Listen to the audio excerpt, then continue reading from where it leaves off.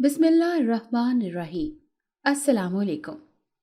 ہمارے گھر کو نہ جانے کس کی نظر لگ گئی تھی۔ 3 ماہ کے وقفے سے اماں اور ابا دونوں ہی ہمیں چھوڑ کر چلے گئے تھے۔ یہ صدمہ ہمارے لیے برداشت کرنا آسان نہ تھا، لیکن اللہ تعالیٰ جو کہ 70 ماہوں سے زیادہ پیار کرتا ہے، اس نے ہمیں صبر عطا کیا اور ہم نارمل زندگی کی طرف آنے لگے۔ ہم 2 ہی بہن بھائی تھے۔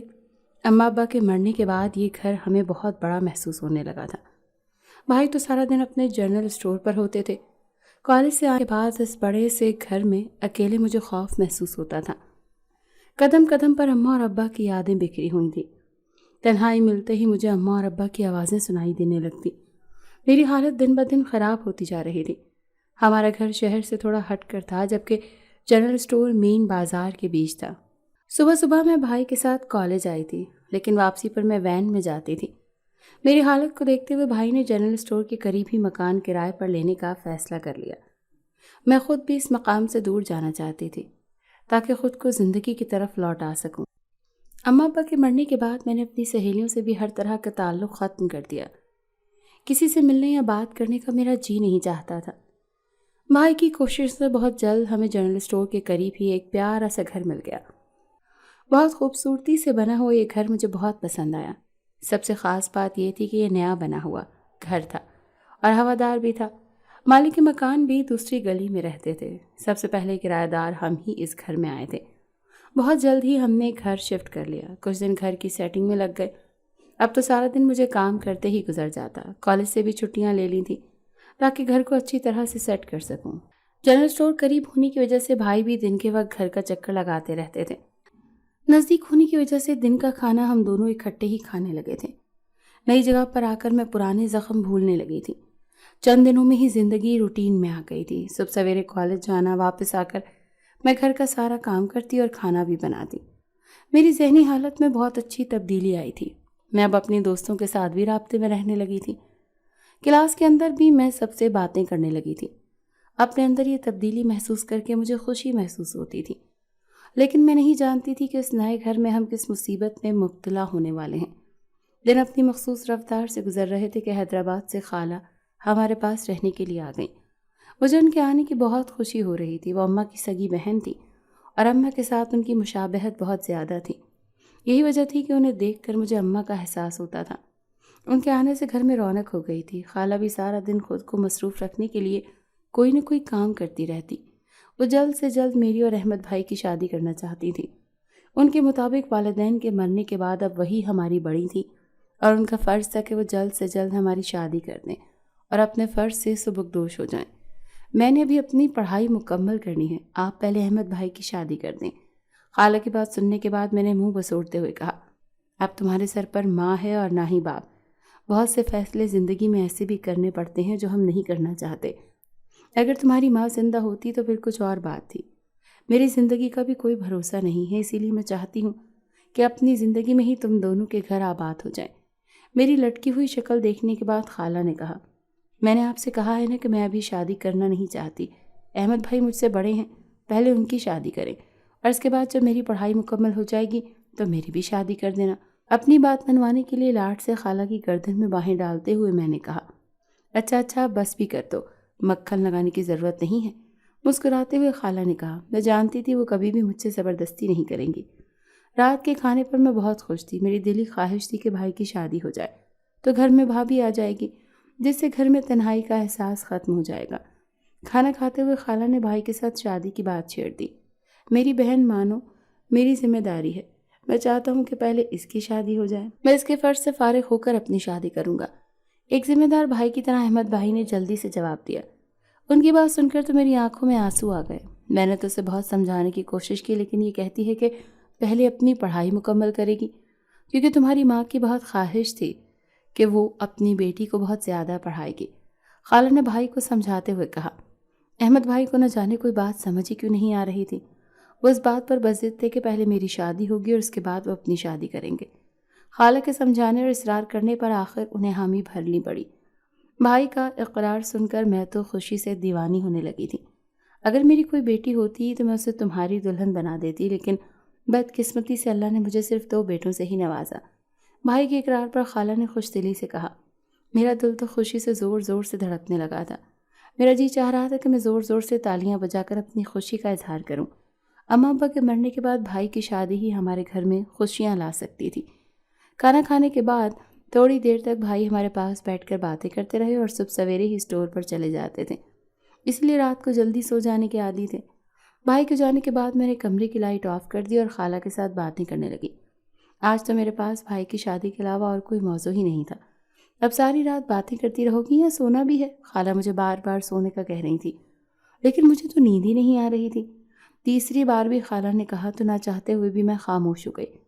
ابھی آنکھ لگی ہی تھی کہ ایک زوردار آواز سے آنکھ کھل گئی۔ میں ہڑبڑا کر اٹھ بیٹھی۔ زوردار گرج کی آواز سن کر سارا بھی جاری تھی اور بستر پر بیٹھ کر حیران نظروں سے ادھر ادھر دیکھ رہی تھی۔ یہ کیسی آواز تھی؟ خوفزدہ لہجے سے میں نے پوچھا۔ میں بھی نہیں جانتی، لیکن آواز نہیں، کوئی کون تھی؟ ایسا لگ رہا تھا کہ اس کے اندر سے کوئی آواز آئی ہے، خالہ نے بھی خوفزدہ انداز سے جواب دیا۔ عجیب بات تھی کہ کمرے کے سارے پردے ہوا میں لہرا رہے تھے۔ یوں محسوس ہو رہا تھا کہ باہر بہت تیز آندھی چل رہی ہے، جس کی وجہ سے کمرے میں ہوا آ رہی ہے۔ آہستہ آہستہ کمرے میں ہوا کا زور بڑھنے لگا، انتہائی ٹھنڈی ہوا ہم سے ٹکرانے لگی۔ خوف کی وجہ سے پسینے کے قطرے میری پیشانی پر نمودار ہوئے تھے۔ مجھے بالکل سمجھ نہیں آ رہی تھی کہ یہ کیا ہو رہا ہے۔ اب تو ہوا کے زور پر کمرے کی ہر چیز تیزی سے حرکت کرنے لگی۔ ہوا کی تیز رفتاری کی وجہ سے دیوار پر لگی ہوئی گھڑی دھڑام کی آواز کے ساتھ ہی زمین پر آ گری تھی۔ ڈرتے ہوئے میں خالہ کے بالکل قریب ہو کر بیٹھ گئی۔ دھڑ دھڑ دھماکہ خیز کی آواز کے ساتھ کمرے کی کھڑکیاں اور دروازے خود ہی کھلنے اور بند ہونے لگے۔ شور کی آواز سے بچنے کے لیے میں نے دونوں کانوں پر ہاتھ رکھ لیے، لیکن کوئی فائدہ نہ ہوا۔ ایسا محسوس ہو رہا تھا کہ کانوں کے پردے پھٹ جائیں گے۔ اچانک ہی کمرہ بالکل اندھیرے میں ڈوب گیا۔ لائٹ بند ہو گئی تھی۔ میں نے خالہ کا ہاتھ اپنے ہاتھ میں پکڑا تو وہ بھی ہولے ہولے کانپ رہی تھی۔ خالہ، مانو، آپ دونوں کدھر ہیں؟ احمد بھائی کی آواز سن کر جان میں جان آئی تھی۔ بھائی، ہم ادھر کمرے میں ہیں، لیکن لائٹ بند ہو گئی ہے، اسی لیے کچھ نظر نہیں آ رہا۔ میں نے اونچی آواز سے جواب دیا، کیونکہ دروازے اور کھڑکیاں مسلسل کبھی بند ہوتے اور کبھی کھلتے۔ شور سے کان پڑی آواز سنائی نہیں دے رہی تھی۔ احمد بھائی کمرے میں داخل ہوئے تو اچانک ہر طرف سکوت چھا گیا اور لائٹ بھی آ گئی۔ کمرے میں ہر چیز اپنی جگہ پر موجود تھی۔ دیوار گیر گھڑی کے ٹوٹے ہوئے ٹکڑے پورے کمرے میں پھیلے ہوئے تھے۔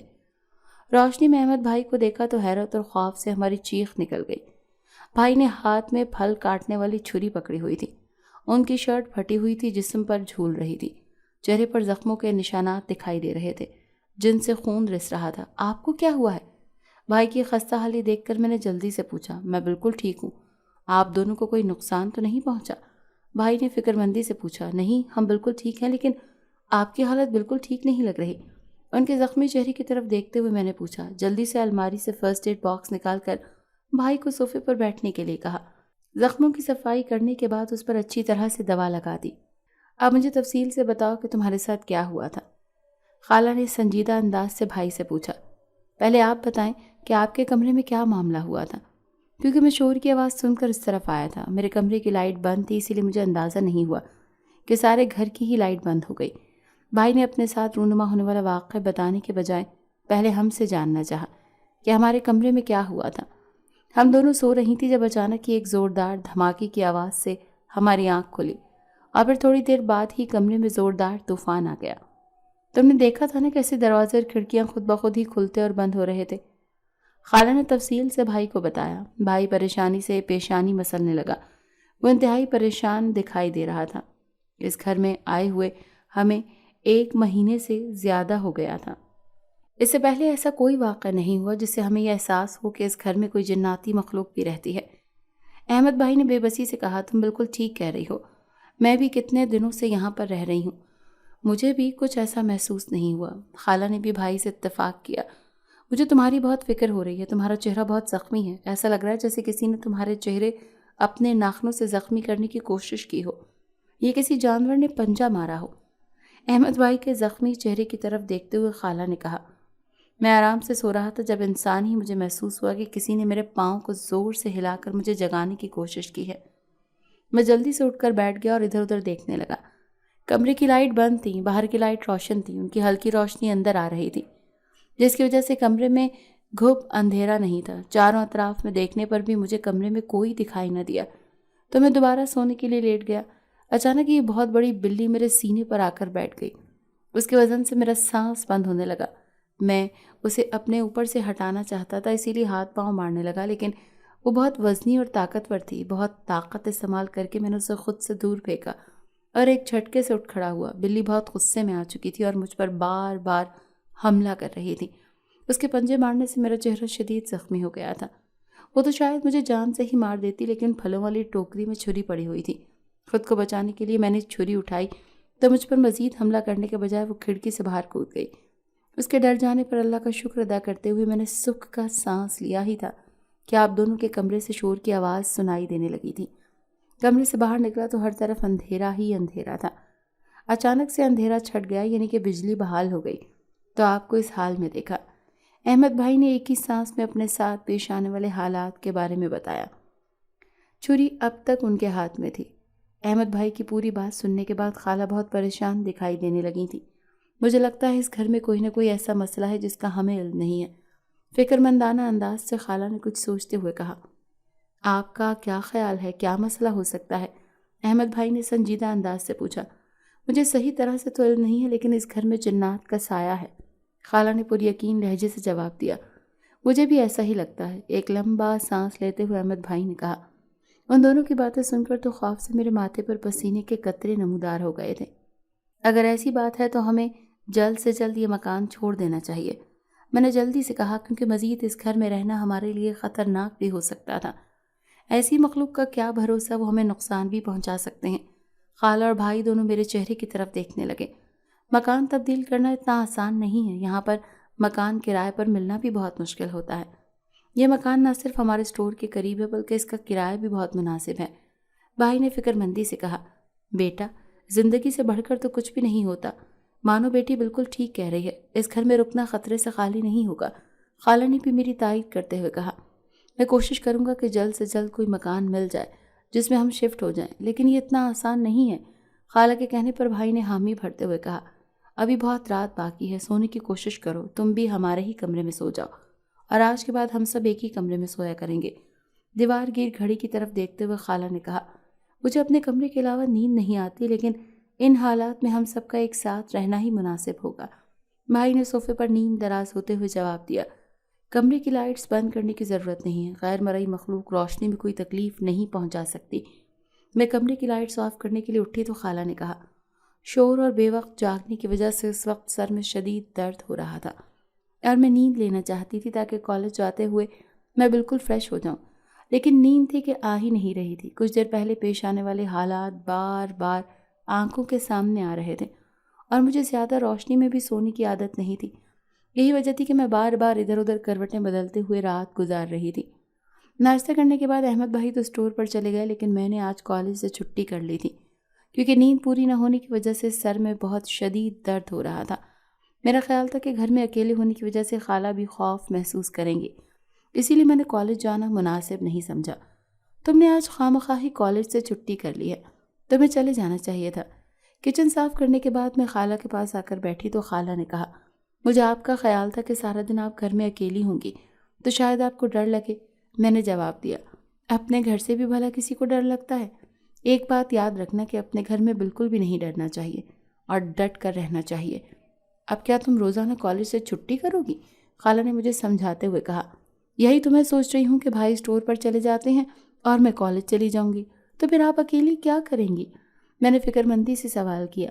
میں نے تم سے کہا نا کہ مجھے اپنے گھر میں بالکل بھی ڈر نہیں لگتا، تمہیں بھی نہیں ڈرنا چاہیے، جیسے بھی حالات ہوں ڈٹ کر مقابلہ کرنا چاہیے، خالہ نے مجھے حوصلہ دیتے ہوئے کہا۔ آپ بالکل ٹھیک کہہ رہی ہیں، لیکن میں بہت کم ہمت اور بزدل لڑکی ہوں، یہ سوچ کر ہی میرا دم گھٹنے لگتا ہے کہ اگر آپ بھی چلی گئیں تو میں اس گھر میں شام تک اکیلی کیسے رہا کروں گی؟ خوف سے جھرجھری لیتے ہوئے میں نے کہا، زندگی میں بہت سے ایسے حالات آتے ہیں جن کے بارے میں انسان نے سوچا نہیں ہوتا، ایسے حالات میں ہمت سے کھڑے ہو جانا چاہیے اور کبھی بھی کم ہمتی نہیں دکھانی چاہیے۔ خالہ نے ایک بار پھر مجھے سمجھانے کی کوشش کرتے ہوئے کہا، اللہ کرے مجھ میں بھی آپ جتنی ہمت آ جائے۔ ہاتھ اٹھا کر دعا کرتے ہوئے میں نے کہا تو خالہ میری اس حرکت پر مسکرانے لگی۔ میں نے ایک چھٹی کے بعد دوبارہ کالج جانا شروع کر دیا۔ خالہ کی ہمت پر مجھے حیرانگی ہوتی تھی، نہ جانے وہ کیسے سارا دن گھر میں اکیلے گزار لیتی تھی۔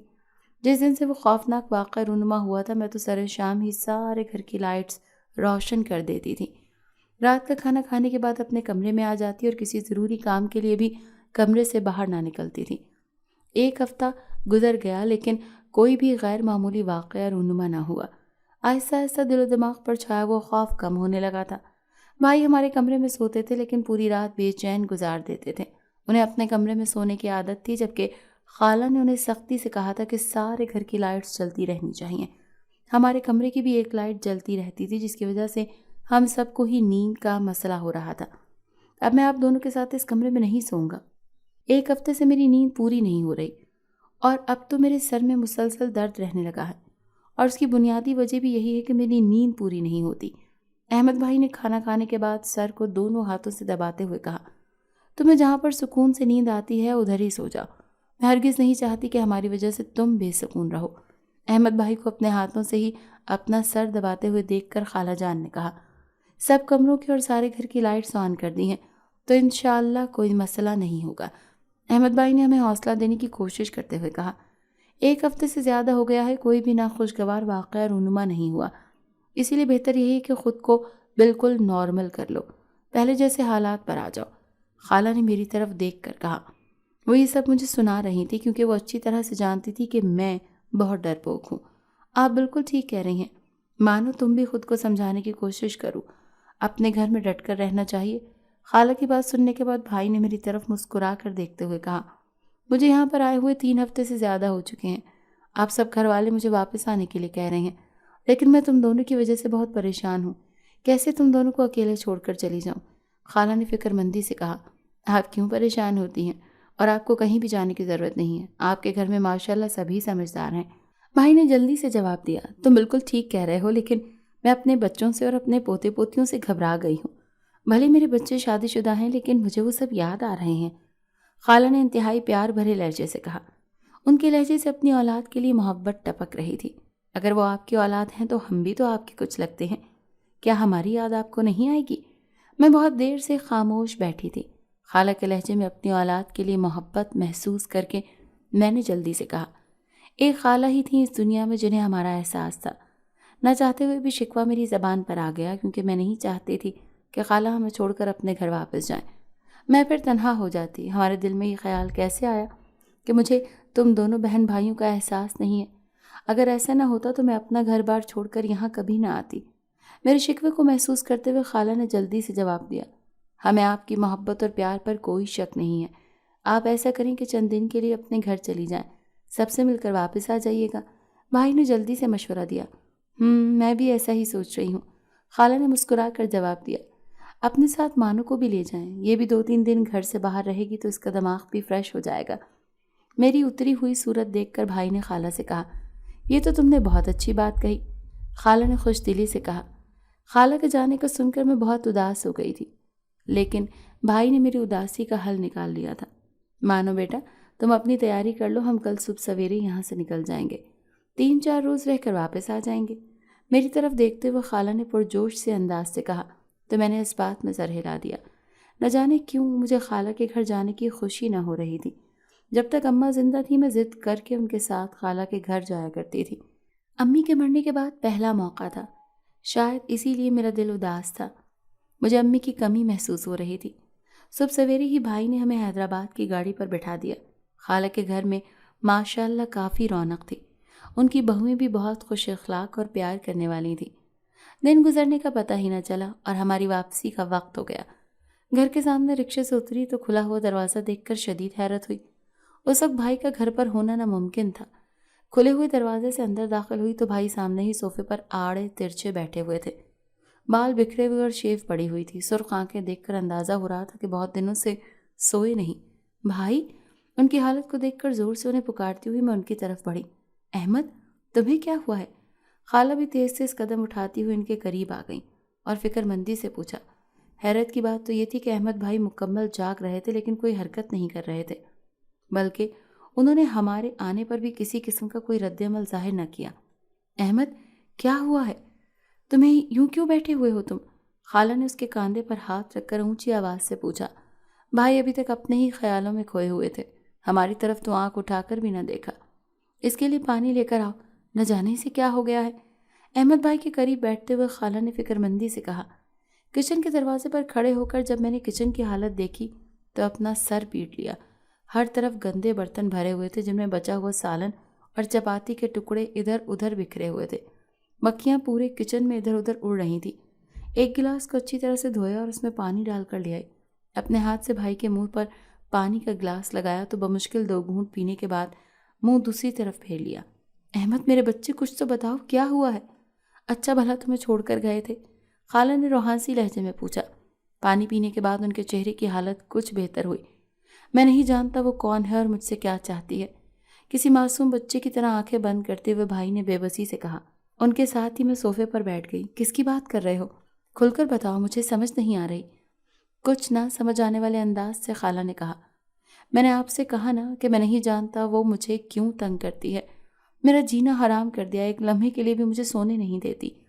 بھائی نہ جانے کیا کہہ رہے تھے، مجھے اور خالہ کو بالکل بھی سمجھ نہیں آ رہی تھی۔ احمد بیٹا، مجھے تمہاری بات کی سمجھ نہیں آ رہی، کون تمہیں جینے نہیں دے رہی اور کون تمہیں تنگ کرتی ہے، مجھے کچھ تو بتاؤ نا۔ بھائی کا ہاتھ اپنے ہاتھ میں پکڑتے ہوئے خالہ نے ہمدردی سے پوچھا۔ جواب دینے کے بجائے بھائی دیوار پر کسی نہ نظر آنے والی چیز پر نظر جما کر بیٹھ گئے۔ تمہیں کیا ہو گیا ہے؟ جب تم گئی تھی تو بالکل صحت مند اور خوش تھے، اب تمہیں کیا ہوا ہے؟ کچھ ہمیں بھی بتاؤ، میرا دل ہول رہا ہے۔ بھائی کو جھنجھوڑتے ہوئے خالہ نے روتے ہوئے پوچھا۔ آپ دونوں مجھے کیوں چھوڑ کر گئی تھی؟ اس نے مجھے بہت تنگ کیا ہے، ایک لمحے کے لیے بھی سونے نہیں دیا، جب بھی سونے لگتا ہوں میرا خون پینے لگ جاتی ہے۔ بایاں ہاتھ آگے کرتے ہوئے بھائی نے روحانسی لہجے سے کہا۔ کلائی پر سرخ رنگ کا ایک نشان تھا، جیسے مچھر نے کاٹا ہو یا کوئی کیڑا کاٹ گیا ہو۔ کون ہے؟ مجھے بتاؤ تو صحیح، میں ابھی اس کا بندوبست کر دوں گی۔ کسی کا نام تو لو، خالہ نے ضد ہوتے ہوئے بے بسی سے کہا۔ وہ اس مکھی نے، دائیں ہاتھ کی انگلی سے دیوار کی طرف اشارہ کرتے ہوئے بھائی نے کہا۔ کیا ایک مکھی نے تمہیں تنگ کیا ہوا ہے؟ بھائی کی بات سن کر جہاں مجھے حیرت ہوئی وہاں خالہ نے بھی بہت حیران ہوتے ہوئے پوچھا۔ ہمیں بھائی کی بات پر یقین نہیں آ رہا تھا۔ جی خالہ، وہ ایک مکھی ہے، خالہ کے کاندھے پر سر رکھتے ہوئے بھائی نے بے بسی سے کہا۔ احمد تمہارا دماغ تو خراب نہیں ہو گیا؟ کیا تم ایک مکھی کی وجہ سے اس حال میں پہنچے ہو؟ خالہ نے یقین نہ کرتے ہوئے حیرانگی سے پوچھا۔ جی خالہ، چھوٹے بچے کی طرح احمد بھائی نے معصومیت سے جواب دیا۔ احمد مجھے تمہاری کوئی بات سمجھ میں نہیں آ رہی، غصے سے کہتے ہوئے خالہ صوفے سے ٹیک لگا کر بیٹھ گئی۔ جب بھی میں آنکھیں بند کر کے سونے کی کوشش کرنے لگتا ہوں تو کمرے میں مکھی کی بنبناہٹ کی آواز سنائی دینے لگتی ہے۔ میں جتنی مرضی کوشش کر لوں یہ آواز میرا پیچھا نہیں چھوڑتی۔ پہل تو میں اسے نہ سمجھ سکا، کمرے میں مکھیوں کو مارنے کے لیے بہت سے اسپرے بھی کیے لیکن کوئی فائدہ نہیں ہوا، صرف مکھی کی بنبناہٹ سنائی دیتی تھی۔ لیکن بعد میں ایک کالے رنگ کی مکھی بھی دکھائی دینے لگی۔ کانوں پر تکیہ رکھ کر میں جب بھی سونے کی کوشش کرتا ہوں تاکہ اس کی آواز میرے کانوں تک نہ پہنچے تو وہ ظالم مکھی میری کلائی پر آ کر بیٹھ جاتی ہے اور خون چوسنے لگ جاتی ہے۔ اس لمحے مجھے محسوس ہوتا ہے کہ میری جان ہولے ہولے میرے جسم سے نکل رہی ہے۔ بھائی نے بے بس انداز سے سارا واقعہ سنایا۔ بھائی کی بات سن کر حیرت سے ایک دوسرے کا منہ تکنے لگے۔ آپ دونوں کو شاید میری بات پر یقین نہیں آ رہا، لیکن یہی سچ ہے، میں پاگل تو نہیں ہوں۔ ہماری خاموشی کو محسوس کرتے ہوئے بھائی نے اپنی بات پر زور دیتے ہوئے کہا۔ ہمیں تمہاری بات پر یقین ہے، بھائی کے سر پر شفقت سے ہاتھ پھیرتے ہوئے خالہ نے کہا۔ کیا تم نے کبھی اس مکھی سے یہ پوچھنے کی کوشش نہیں کی کہ وہ تم سے کیا چاہتی ہے؟ بھائی کے بے بس چہرے کی طرف دیکھتے ہوئے خالہ نے پوچھا۔ مجھے اس سے خوف محسوس ہوتا ہے، اس سے بچنے کے لیے کمرے کے کونے کھدروں میں چھپ کر بیٹھ جاتا ہوں، خوفزدہ انداز سے بھائی نے جواب دیا۔ مجھے تو کچھ سمجھ نہیں آ رہی، یہ سب کیا ہو رہا ہے؟ خالہ کی طرف دیکھتے ہوئے پریشانی سے میں نے کہا۔ گھر کی اچھی طرح سے صفائی کرو احمد، تم نہا کر کپڑے بدل لو، اس کے بعد سوچتے ہیں کہ کیا کرنا چاہیے۔ خالہ نے کچھ سوچتے ہوئے کہا تو میں گھر کے کاموں میں مصروف ہو گئی۔ نہا کر بھائی نے کپڑے بدلے تو وہ پہلے سے بہتر دکھائی دینے لگے۔ تمہیں یوں اسٹور ملازم لڑکے پر نہیں چھوڑ دینا چاہیے تھا، حالات کا مقابلہ کرتے ہیں نہ کہ ہاتھ پر ہاتھ رکھ کر بیٹھ جاتے ہیں، خالہ نے بھائی کو سمجھاتے ہوئے کہا۔ آپ بالکل صحیح کہہ رہی ہیں، لیکن مجھے اپنے آپ پر کوئی کنٹرول نہیں رہا، مسلسل جاگنے کی وجہ سے میری کیفیت بہت عجیب ہو چکی ہے، کچھ سمجھ نہیں آتا کہ کیا کروں اور کیا نہ کروں۔ لاچاری کا احساس ان کے لہجے سے ٹپک رہا تھا۔ شام سے پہلے بھائی گھر سے باہر چلے گئے۔ خالہ نے شکر ادا کیا کہ وہ ذہنی طور پر بالکل ٹھیک ہیں۔ بھائی کی حالت آہستہ آہستہ بہتر ہو رہی تھی۔ صبح کے وقت جب وہ کمرے سے باہر نکلتے تو بہت خوش دکھائی دے رہے ہوتے۔ بھائی کے اندر تبدیلی محسوس کر کے میں اور خالہ دونوں ہی خوش ہو رہی تھی۔ لیکن ہم نہیں جانتی تھی کہ یہ تبدیلی ہمارے لیے کیا مصیبت لانے والی ہے۔ دن پر دن گزرتے جا رہے تھے۔ بھائی اب زیادہ وقت اپنے کمرے میں ہی گزارنے لگے تھے، اپنے کپڑوں کا بہت خیال رکھتے تھے، حتیٰ کہ کئی بار کھانا بھی اپنے کمرے میں ہی منگوا لیتے۔ زیادہ دیر کمرے میں بند رہنے کی وجہ سے میں اور خالہ دونوں بہت حیران ہو رہی تھی کہ آخر ایسی کیا وجہ ہے کہ بھائی زیادہ وقت اپنے کمرے میں گزارتے ہیں۔ یہ جاننے کے لیے ایک دن میں بھائی کے کمرے کے دروازے کے ساتھ کان لگا کر کھڑی ہو گئی۔ مجھے حیرت کا شدید جھٹکا لگا جب کمرے سے ایک نسوانی آواز سنائی دی۔ مجھے تو اپنے کانوں پر یقین نہیں آ رہا تھا۔ جلدی سے خالہ کو بلا کر لے آئی۔ میرے وہم کی تصدیق ہو گئی۔ خالہ کو بھی کمرے سے کسی لڑکی کی باتیں کرنے کی آواز سنائی دے رہی تھی۔ ایسا کیسے ممکن ہو سکتا ہے؟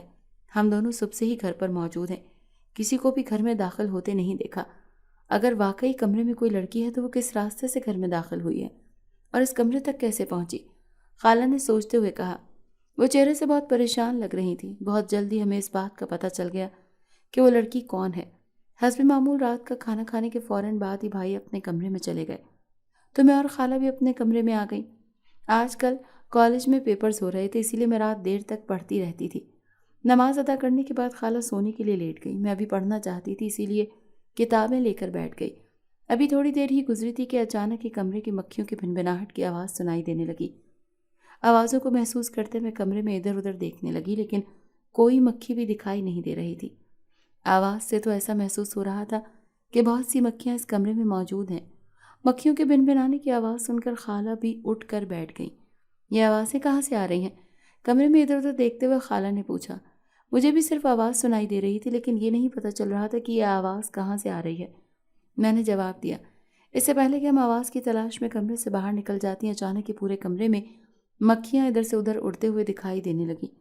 مکھیوں کی اتنی بڑی تعداد دیکھ کر ہم دونوں ہی خوفزدہ ہو گئیں اور خود کو بچانے کے لیے نیچے کی طرف جھک گئیں۔ مکھیاں پورے کمرے میں ادھر سے ادھر اڑ رہی تھیں۔ حیران کن بات تو یہ تھی کہ یہ مکھیاں جسامت میں عام مکھیوں کی نسبت بہت بڑی دکھائی دے رہی تھیں۔ مکھیوں کی وجہ سے کمرے میں اچانک سے حبس پیدا ہو گیا، جس کی وجہ سے گرمی محسوس ہو رہی تھی۔ اچانک ایک حیران کن منظر ہماری آنکھوں نے دیکھا، جسے لفظوں میں بیان کرنا آسان نہیں۔ مکھیاں ایک دیوار پر ترتیب کے ساتھ بیٹھ رہی تھیں، یہاں تک کہ پوری دیوار کالے رنگ کی مکھیوں سے بھر گئی۔ کچھ مکھیاں ابھی تک کمرے میں ادھر ادھر دکھائی دے رہی تھیں اور پھر وہ بھی صوفے پر بیٹھ گئیں۔ میں اور خالہ کبھی مکھیوں کو اور کبھی ایک دوسرے کے چہرے کو دیکھتی۔ کمرے میں بالکل خاموشی چھا گئی تھی۔ ایسا لگتا تھا کہ کمرے میں ہمارے علاوہ کوئی بھی موجود نہیں ہے۔ اچانک ہی صوفے پر بیٹھی ہوئی مکھیوں نے اپنی شکل تبدیل کرنا شروع کر دی۔ پہلے ان کی جسامت میں اضافہ ہونا شروع ہوا اور پھر وہ عجیب و غریب شکلوں میں نمودار ہونے لگی۔ دکھنے میں تو ان کے بھی 2 ہاتھ 2 ٹانگیں تھیں، لیکن ان کے چہرے بہت خوفناک تھے اور یہ انسانوں کی نسبت بہت قداور تھی۔ دیکھتے ہی دیکھتے ہمارے سامنے بہت سے مرد اور خواتین نمودار ہو گئے۔ ان سب کے لباس بھی بہت عجیب و غریب تھے۔ یہ کہنا غلط نہ ہوگا کہ ان سے پہلے ایسی شکلوں اور لباس والے انسان ہم نے نہیں دیکھے تھے۔ تم لوگ کون ہو؟ ہمارے گھر میں کیوں آئے ہو؟ ہمت کر کے خالہ نے ان سے پوچھا۔ ہم جنات ہیں اور تم سب سے بدلہ لینے آئے ہیں، ایک عجیب و غریب لمبی سی داڑھی والے شخص نے انتہائی باروب آواز میں کہا۔ ان کی بات سن کر تو ہمارے اوسان خطا ہو گئے تھے۔ ہم نے کبھی زندگی میں سوچا بھی نہیں تھا کہ جنات سے ملاقات ہوگی اور ہم جنات کو دیکھ بھی سکیں گے۔ جنات کا نام سن کر تو ہم دونوں ہی بہت زیادہ خوفزدہ ہو گئی تھیں۔ ہم تمہیں نہیں جانتے، پھر تم ہم سے کیا بدلہ لینا چاہتے ہو؟ خالہ نے ڈرتے ہوئے پوچھا۔ ہم بھی تمہیں نہیں جانتے اور نہ ہی جاننے کا شوق رکھتے ہیں، اسی لمبی داڑھی والے جن نے جواب دیا۔ لیکن تمہارے بیٹے احمد کی وجہ سے ہمیں یہ سب کچھ کرنا پڑا ہے۔ ایک اور آدمی جس کی آدھی شکل انسان اور آدھی جانور جیسی تھی، اس نے کرخت لہجے سے کہا۔ میرے بیٹے احمد نے ایسا کون سا گناہ کر دیا جس کی سزا دینے کے لیے تم سب یہاں اکٹھے ہو گئے ہو؟ حیران ہوتے ہوئے خالہ نے سوال کیا۔ احمد نے ہمارے قبیلے کی سردار کی بیٹی سے شادی کر لی ہے، اس آدمی نے جواب دیا۔ کیا؟ میں نے اور خالہ نے ایک ساتھ حیران ہوتے ہوئے سوالیہ انداز سے کہا۔ جی، آپ نے بالکل ٹھیک سنا ہے۔ ہماری حیرت کو دیکھتے ہوئے آدھے انسان نما آدمی نے اپنی بات پر زور دیتے ہوئے کہا۔ میری نگاہوں میں بھائی کا چہرہ اور پراسرار رویہ گھومنے لگا۔ بہت دنوں سے وہ اپنا سارا وقت ہی اپنے کمرے میں گزارتے تھے۔ میرے اور خالہ کے کہنے کے باوجود بھی وہ اپنے ہی کمرے میں کھاتے پیتے تھے۔ اگر احمد نے تمہارے قبیلے کی کسی لڑکی سے شادی کر لی ہے تو اس میں ہمارا کیا قصور ہے؟ ہم نے ان دونوں کی شادی نہیں کروائی، خالہ نے ان کی بات پر یقین نہ کرنے والے انداز سے کہا۔ ہم احمد کو اس کی غلطی کی سزا دینا چاہتے ہیں۔ اس نے ہمارے قبیلے کی لڑکی سے شادی کی ہے، ہم بھی اپنے قبیلے کے لڑکے کی شادی اس کی بہن کے ساتھ کر دیں گے، لمبی داڑھی والے آدمی نے فیصلہ کن انداز سے کہا۔ اس کی بات سن کر تو میں خوف سے تھر تھر کانپنے لگی تھی۔ خالہ بھی حیران اور خوفزدہ دکھائی دینے لگی تھی۔ یہ تو ناانصافی ہے، احمد کے کیے کی سزا کسی دوسرے کو کیسے دی جا سکتی ہے؟ آپ نے اپنے قبیلے کی لڑکی کو قابو میں رکھنا تھا۔ اگر آپ کوئی سزا دینا چاہتے ہیں تو اس لڑکی کو دیں جس نے اپنے قبیلے سے بغاوت کی ہے، اور کسی دوسرے کو اس غلطی کی سزا نہیں دینی چاہیے، خالہ نے تیز آواز سے کہا۔ وہ اس موقع پر کوئی کمزوری دکھا کر ناقابل تلافی نقصان نہیں کروانا چاہتی تھی، اسی لیے ہر قسم کے ڈر اور خوف کو پس پش ڈال دیا۔ احمد کو سزا دینے کا اس سے بہتر اور کوئی طریقہ نہیں ہے کہ ہم اس کی بہن کی شادی بھی اپنے قبیلے میں کر لیں، تاکہ اسے اندازہ ہو سکے کہ اس نے کتنی بڑی غلطی کی ہے، لمبی داڑھی والے آدمی نے ضدی لہجے سے کہا۔ اس سے پہلے کہ خالہ کو کوئی جواب دیتی، احمد بھائی خوبصورت نوجوان لڑکی کا ہاتھ پکڑے کمرے میں داخل ہو گئے۔ ان کے ساتھ ایک خوبصورت لڑکی کو دیکھ میں اور خالہ دونوں حیران ہو رہی تھی، لیکن ہمیں اس چیز کا اندازہ تھا کہ یہ لڑکی کون ہو سکتی ہے۔ اگر میں غلطی پر نہیں ہوں تو یہ لڑکی انسان نہیں بلکہ جنزادی ہے، اور اس وقت تمہاری بیوی ہے، انتہائی چپتے ہوئے انداز سے خالہ نے احمد بھائی سے پوچھا۔ ان کے لہجے میں چھپے ہوئے طنز کو محسوس کیا جا سکتا تھا۔ آپ نے ٹھیک پہچانا، یہ میری بیوی ہی ہے، احمد بھائی نے بلا کسی خوف کے جواب دیا۔ ان کے لہجے کی دیدہ دلیری کو صاف محسوس کیا جا سکتا تھا، جو کہ ہمارے لیے بہت حیران کن تھی۔ احمد بھائی کا یہ روپ میں نے پہلی بار دیکھا تھا۔ عجیب بات تھی کہ کمرے کی دیوار پر خاموشی سے چپکی ہوئی مکھیاں احمد بھائی اور ان کی بیوی کو دیکھ کر عجیب سے انداز سے بھن بھنانے لگی تھیں۔ ان کے شور کی آواز سے پورا کمرہ گونج اٹھا تھا۔ تم سب پرامن رہو، شور ہنگامہ کرنے کی ضرورت نہیں ہے، لمبی داڑھی والے شخص نے ہاتھ اٹھا کر مکھیوں کو پرامن رہنے کی ہدایت کی۔ چند لمحوں میں بپھر جانے والی مکھیاں بالکل خاموش ہو گئیں۔ تم نے ہمارے قبیلے کی لڑکی سے شادی کی ہے، اب اگر تم زندہ رہنا چاہتے ہو تو اپنی بہن کی شادی ہمارے قبیلے کے سردار کے بیٹے سے کر دو، جو کہ تمہاری بیوی کا بھائی بھی ہے، ورنہ تمہیں کسی صورت بھی معافی نہیں مل سکتی، لمبی داڑھی والے آدمی نے کہا۔ مجھے یقین تھا کہ بھائی کبھی بھی اس فیصلے کے لیے راضی نہ ہوں گے، وہ اپنی جان کو مصیبت میں ڈال سکتے ہیں لیکن میرے لیے کوئی غلط فیصلہ نہیں کر سکتے۔ لیکن چند لمحوں میں ہی میرا یہ مان ٹوٹ گیا۔ مجھے آپ کا یہ فیصلہ منظور ہے، اگر قبیلے کے سردار کا بیٹا میری بہن سے شادی کرنا چاہتا ہے تو مجھے اس پر کوئی اعتراض نہیں ہے۔ بھائی کے الفاظ سن کر مجھے اپنے کانوں پر یقین نہیں آ رہا تھا۔ خالہ بھی بے یقین نگاہوں سے بھائی کی طرف دیکھنے لگی۔ تمہارا دماغ تو خراب نہیں ہو گیا؟ تم اپنے لیے اپنی بہن کو جہنم میں دھکیلنے لگے ہو؟ خالہ نے بے یقین انداز سے بھائی سے پوچھا۔ اس کی شادی کہیں نہ کہیں تو کرنی ہی ہے نا، ساری زندگی اسی گھر میں تو نہیں گزارا کر سکتی؟ خالہ کے سوال کرنے پر بھائی نے لاپرواہ سے انداز سے جواب دیا۔ مجھے بالکل بھی تمہاری سمجھ نہیں آ رہی، کیا تم اتنے خود غرض ہو سکتے ہو کہ اپنی خوشیوں کے لیے اپنی بہن کو قربان کر دو؟ بے بسی سے خالہ نے کہا۔ اس میں خود غرضی والی کون سی بات ہے؟ تم ہم دونوں کی شادی کے لیے پریشان ہو رہی تھی، میں نے یہ مسئلہ حل کر دیا، مسکراتے ہوئے بھائی نے جواب دیا۔ کمرے میں موجود تمام جنات بہت خاموشی سے ہماری باتیں سن رہے تھے۔ سردار صاحب اپنی بیٹی روقینہ کی اس نافرمانی پر سخت سے سخت سزا دینا چاہتے ہیں۔ وہ کسی آدمزاد کو پسند ہی نہیں کرتے۔ ان کی بیٹی نے ایک خود غرض آدمزاد سے شادی کر لی ہے، وہ بہت غصے میں ہیں۔